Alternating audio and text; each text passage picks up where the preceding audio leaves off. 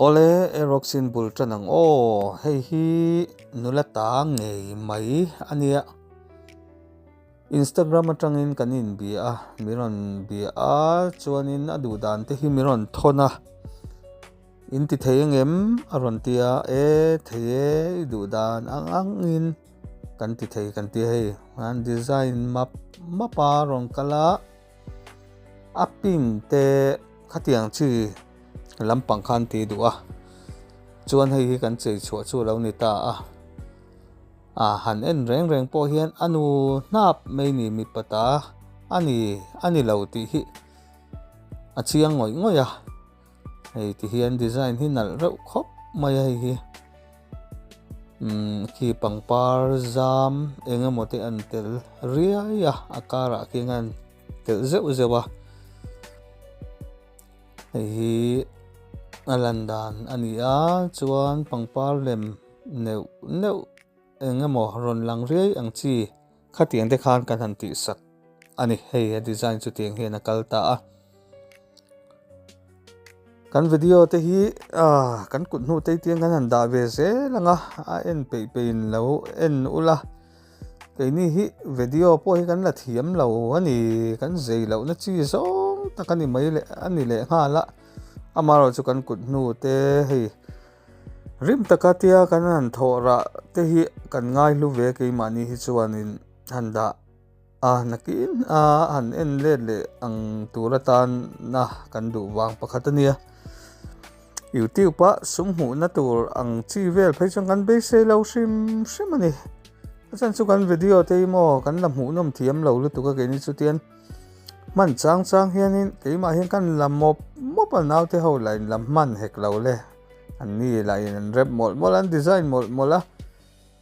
chu ni mai zial zu hian an kan chol le loka khatiang vel khani wan ke po kan hre chuak thu talak tur ti hi kan la le mola khatiang vel kha kan nia chu wangin han hu nam viau thei hi chu ani lo shim ani ti kha an ron sei vele puat ange maro chu ke ni tan hian a hlu ema kananda mai ani chuan hei hi Wayfex company lam ani wangin khi an thil ti thei chi ang zong hi kan da la nanga ya cheira nanga ya rang tak mai ne hnung te po hei kan na khoi chun zom dona ti hian achung te khatiang khan company in advertise na angani anni hi hei phone number te om veka an motora khan entirnan I motor kha I chuak pe lo tai siltir pe lo ta I in anon panchil chea kong laka I motor te lo chia khatianga pon siam turin an ko wang theya anti thakop mehem an service shrim hi MLND ania Instagram ate khan an oma lo search ula in humai don ani chuan ki design dan tur te kan da na lai tur te kan designer in an da mala chuan designer hi pahnih kan neya rikiale Zawng ni tan thiam khop mai na hi ero hi chu chak vut thei lo ani design chung rei thin ve box amo an uluk phei chuan in chai hrep hi ngai thin box ya chuan hei hnung lam chu aron design chua chu an mani logo ni ki aglar zong a hian bel kai tur ani ti hengan bel trananga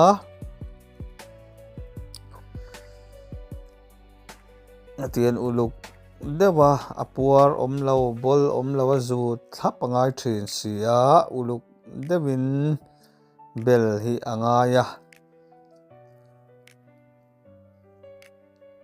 ti hian ani dan tur dik takin anan ruam mana anan bel kai don me kani anzut uluk thei khop mai puar zeu bol zeu te po hi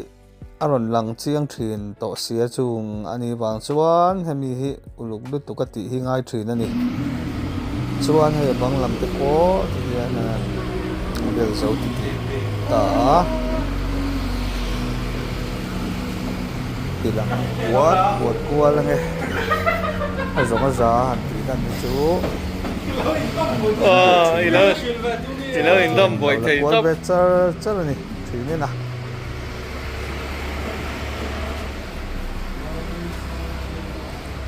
thì gần là bel mà bạc te po cái thì hắn anh ấy hay bonnet ta hay em là bon là rất mấy chuông cài boka chuan hay gần dấu thọc hạt ta thì hiện nung làm po hay dấu thọc hạt lệ boka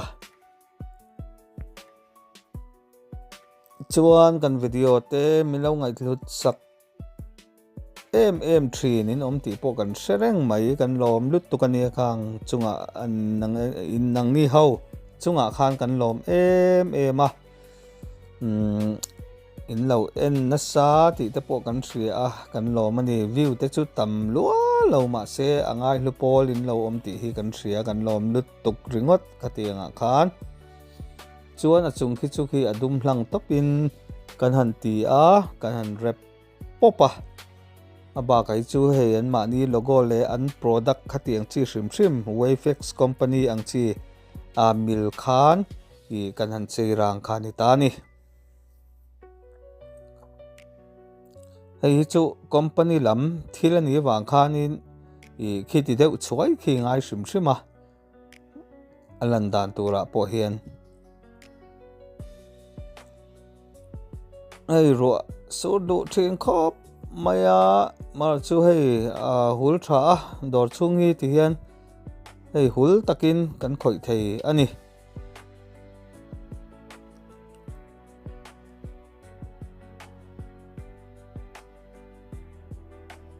chuan hei ta hian ignis hi chei tur bok ani a khi ikoven khi kan khoi zo huna ignis kan chei le don ani Ole guys, hey, tuna hian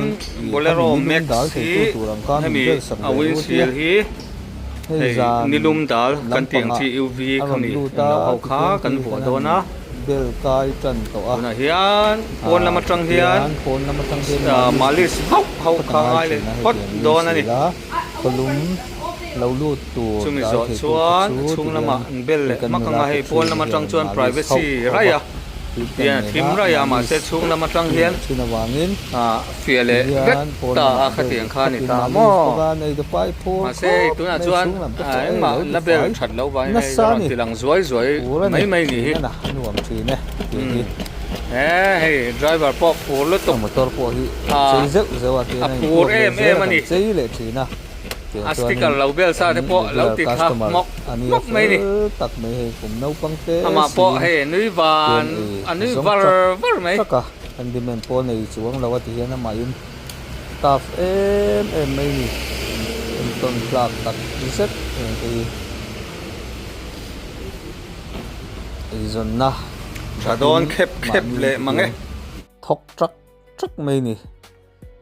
tun lai kho vela chuan angai no hun to lo no thei ani lo hey a glass te po ma na kan chei to kha ni hei chu hei la thak khop mai thlai mo zat kal ta mi kha ni to a ti hian la ron put tha thap mai ni chuan hei chung lam atang chuang ki zana po alang film kuk mai a tha em mai heng hi tun lai chu an uar lut tuka boneta te hei Spider-Man lem te po du zela tikianin kanan bel kai sak zela duanga piang kha chu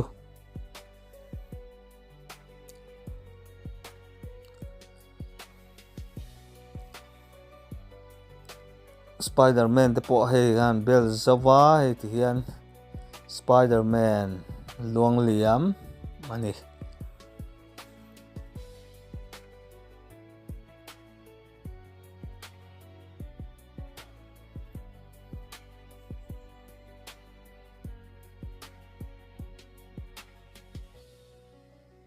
hi bel tur kha kan print lai kha ni miching khang ka lo da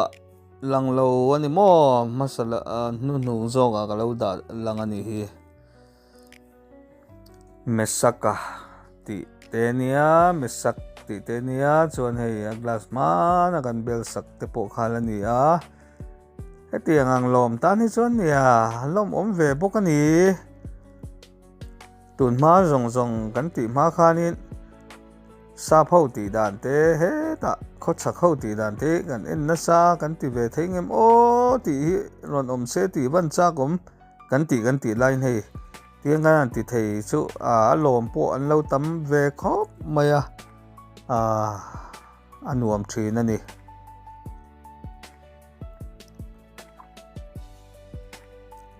Spider-Man te po lo lang non on mai ro se phot mai na chuanin ignisi kan sei do na ki mirong khi arong chu ni dark gray chuanin hei black le gray lam in polin pathian thu te kan chuan kai tir do na iswar thalak te khatiang khanin kan hlia khu vek don ani hei stripe te po an kala ti hian ki iswar lem te po chuanga nakina chiang zokin kan ron la le vek dona kan ron la lang le vek dona tunai chuan an na tho lai te po hi entin tak nge na hi kan han thoa entin nge kan kalpui dan ti hi tia ti lan ve zel hi angai sia ti hian a bonnet lampangan an khoi lenga bang chun zo thokat to wangin bonnet hi ante me kati hian center taka khitiang ang graphic design khi a omangai sia dik thapa omangai sia uluk takinom na mun tur te felangai thin ani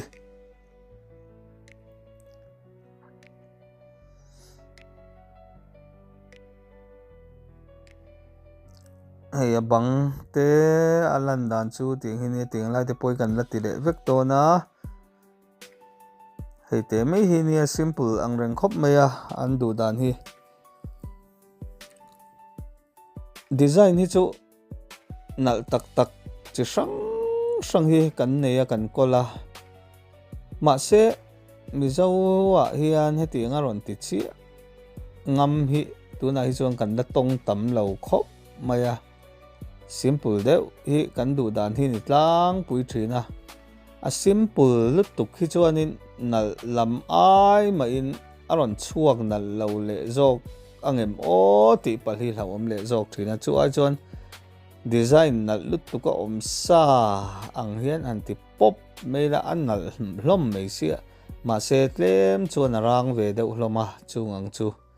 ma se nal em ani khang em kha chu mizawa chuang kan lapu pei lo deuh ani ang hetiam pathian thu sam number som sari pathum nate chuan ki iswa ling lukhum khum ang chi te kha kan han da lang ria ya hei ti hian chuan hei hnuai te po zia rang neu ten om boka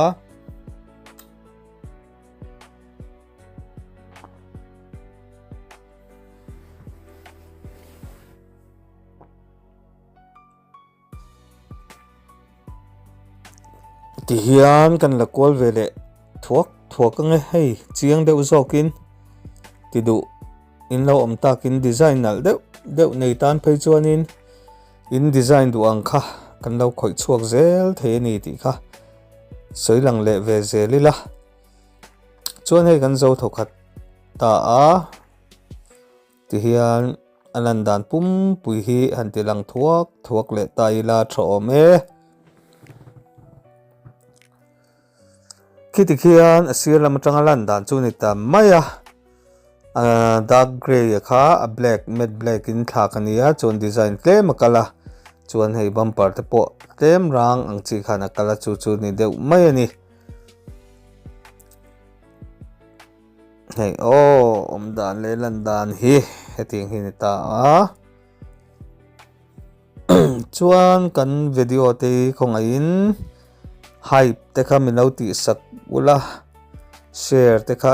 in thei phei chu milo ti sakula like te kanan ti ve to nge tun chum chu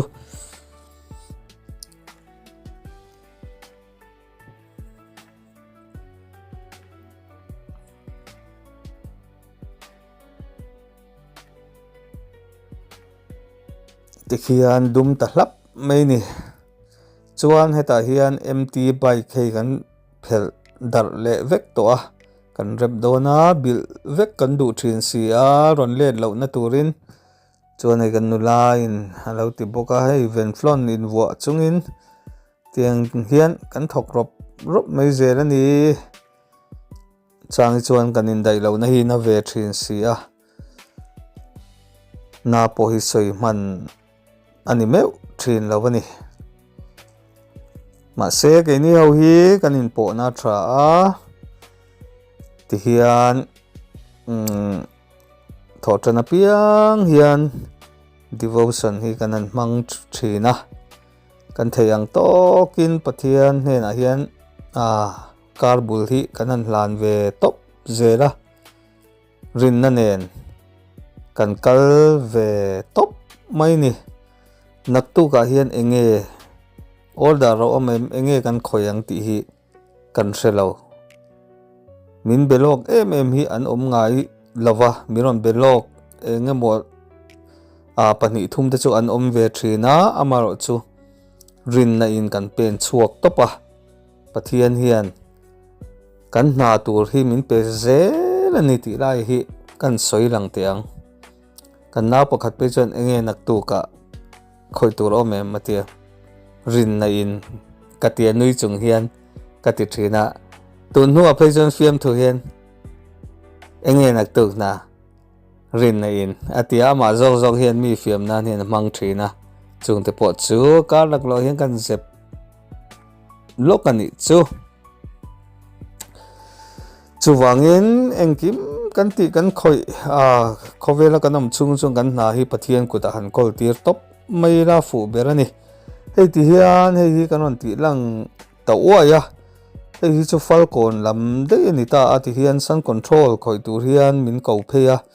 hei kan nula hi sun control lama chung kan specialist ani wangin ti hian falcon a motor nei ho kha an lo in shil khawm a ti hian hun khata kan va khoi khawm top ani ti hian sun control shrim ang chi te po hi kan pan thei veka inon kal rem chan thei lo pon milo phone top ula kanon kal chil thei vek chewani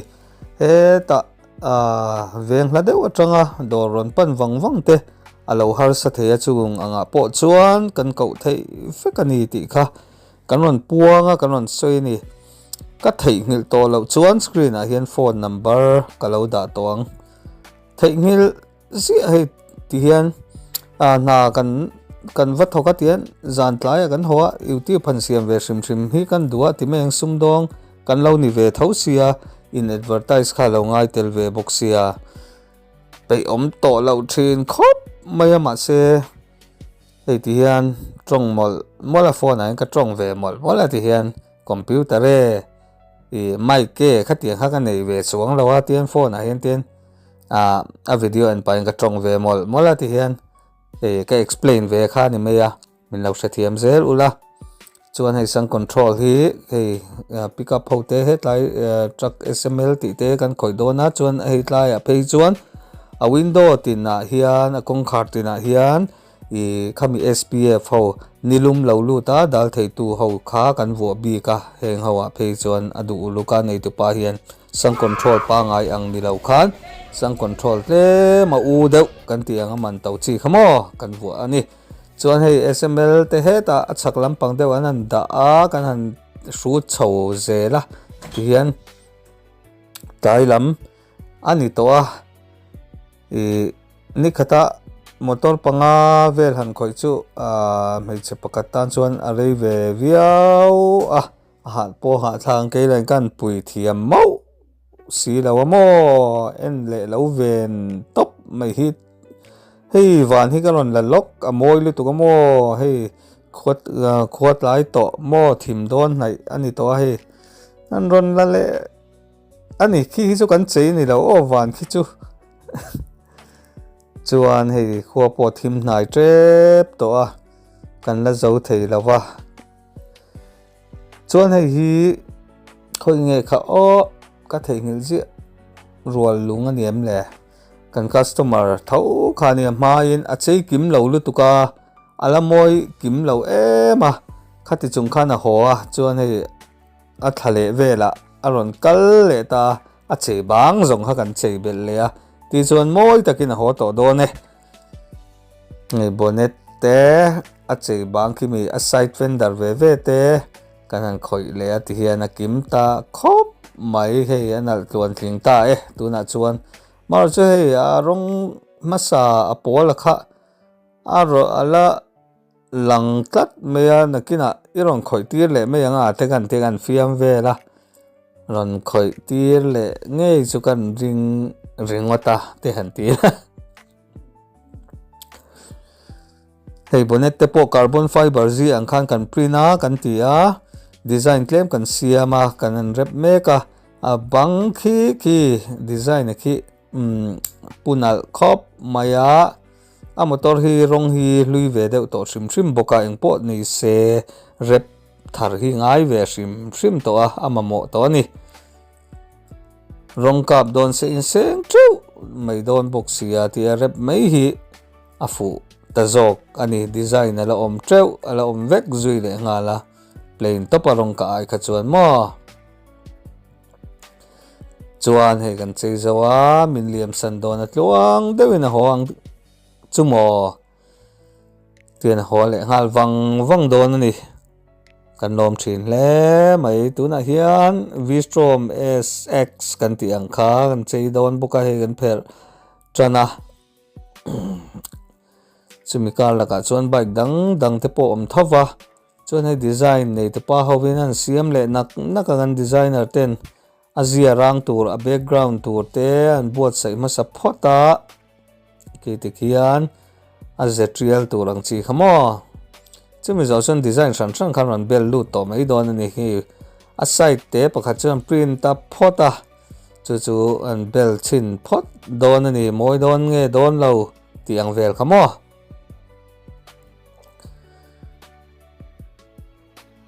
chuanin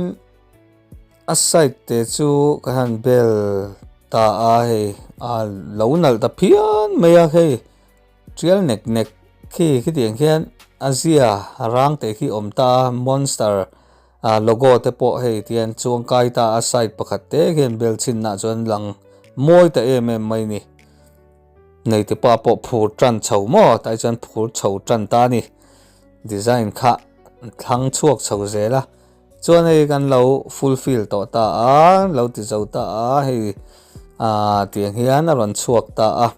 kan ron la kual koi ve langa lo en ula hei Suzuki logo tiang lang chi sang kha chuang kai noya adventure ti te 250 mo monster energy ti te chuan khimi a base a khen ki zetrial ne ho hi ti khi ang da ta ni chuan hei Zawng lem te po chuang kai tel ta zel mai ni Zawng lem te hei chuan en na hun siam photang kan ngoi lok nge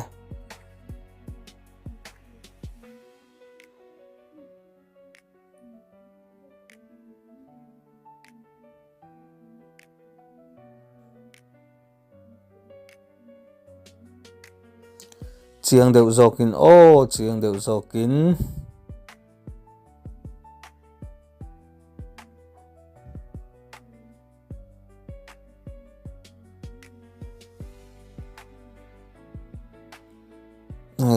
trenin nalanti anga trenin nal lo kan ron ti le mai doni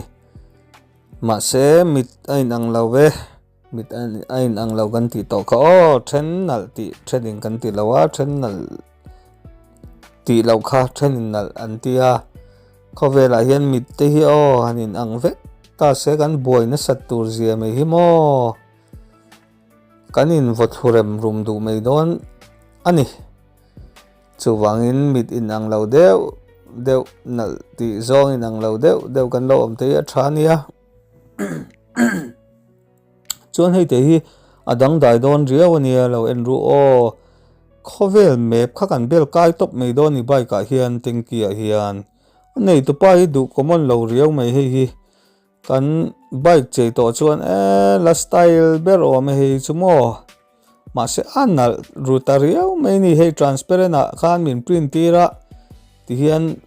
wall map kan ti khovel map khani top me ki ti ram sang kha ti ang kha an bel kai le lam khi an bel kai do na ma se nal ta phian me adang dai mei box mo hei ti hian an kat dik ta thlapa chuan dan tur dik takin khi chuang kai to ta style top mai hi chu bangin Hlir thei cheinal te po hi mo idea nei that lo ani mai nei tu te kha lo en zau de ulain cheiti don chuan nal fe copy tur mo tam lutuk ani idea sang ai de tha kha poimo ringon mai ni cheinal tur chuan hei heng te po transparent a film vek anga khan atia ki design sang stickering ang chi khan an bel kai veka moi le view zel mai ni bike nei tan a lom tan chuanin nuam ve ngotang du thala mani du tak me han chei khachumo nuam don lutuk ani nuam don lutuk chuan kan channel hi khonga in hype khalo pe ula min lo like sak ula min lo hype sak phei ka chuan min youtube an hon ve le khan alan na chance khalo tam ve thina chu kan ron request ve ngoi chewani kan lom thin lutuk ani min lo en sak thin awangin kan lom lutuke min pan tu te zong kan customer zong te chunga po lom thu kan soya pathian le tam takin mal somin vur zel chewro second lo me